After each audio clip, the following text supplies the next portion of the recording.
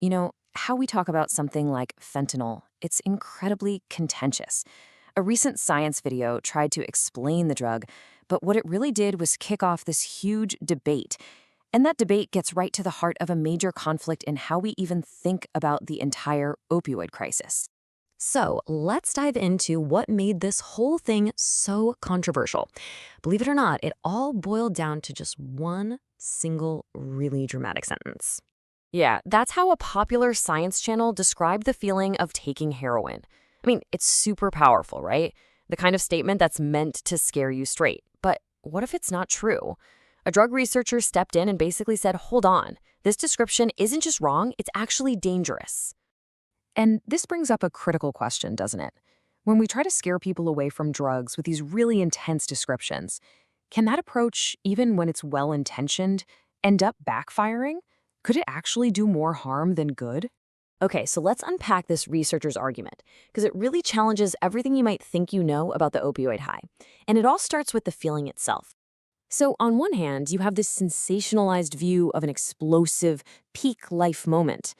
But the researcher says, no, that's not it at all. The reality is actually much more subtle. It's described as, well, pleasant, mellow, a kind of warmth where your worries just seem to fade away. And according to this view, that's the real danger. It's that subtlety. Because if the high isn't some massive explosion of euphoria, you might totally underestimate the risk. You don't even realize that addiction is slowly, quietly creeping up on you until, bam, it's too late. And this leads to a really crucial point. For the people who are most at risk, it's not about chasing some incredible high. The argument is that they're often just trying to cope with really intense pressures in their life, things like trauma, grief, poverty, or just deep loneliness. For them, the drug isn't a party, it's an escape. Okay, so if the driver is this need to escape, the argument then takes a big step back. It zooms out from the individual to the system. And it makes this really bold claim: the real cause of the fentanyl crisis isn't the drug itself, it's a chain reaction. And it was started by a single policy: prohibition. And this whole theory unfolds like a series of dominoes. Step 1, you make drugs illegal. That immediately makes smuggling them really risky and expensive. So step 2, to maximize their profit and lower that risk, traffickers have a huge incentive to smuggle smaller, more potent products, right? This leads to step 3. Heroin gets pushed out by fentanyl, which is way more powerful and way easier to hide. And the final devastating result of this whole chain?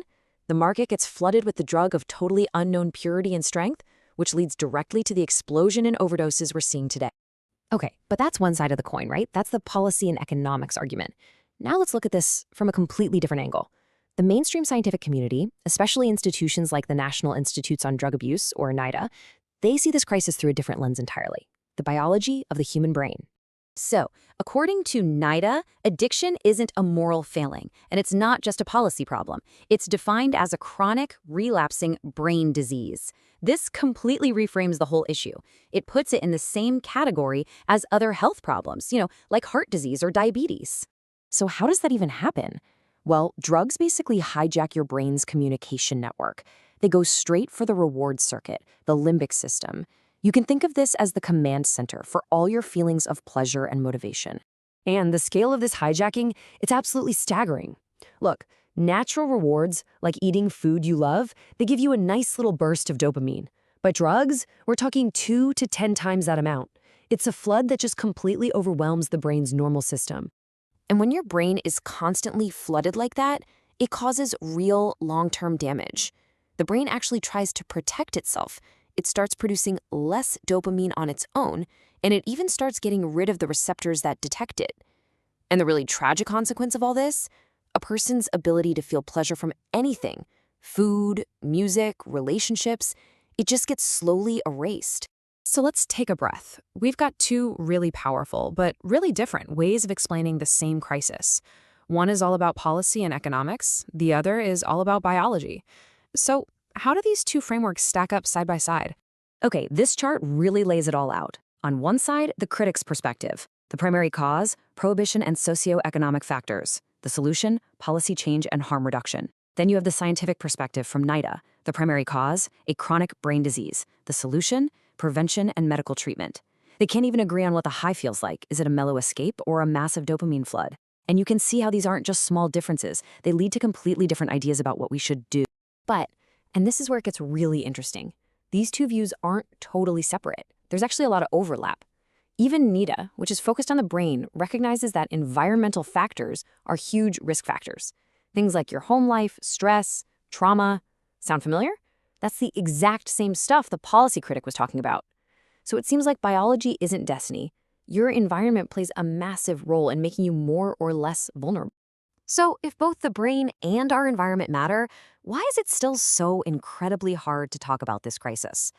This brings us to the final and maybe most important piece of the puzzle: why all of this really matters.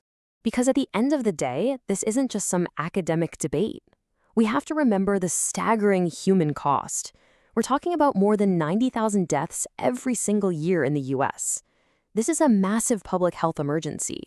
And the words we use, the stories we tell, they have real-world consequences. They directly shape the solutions we try to implement. And that leaves us with the ultimate challenge, doesn't it?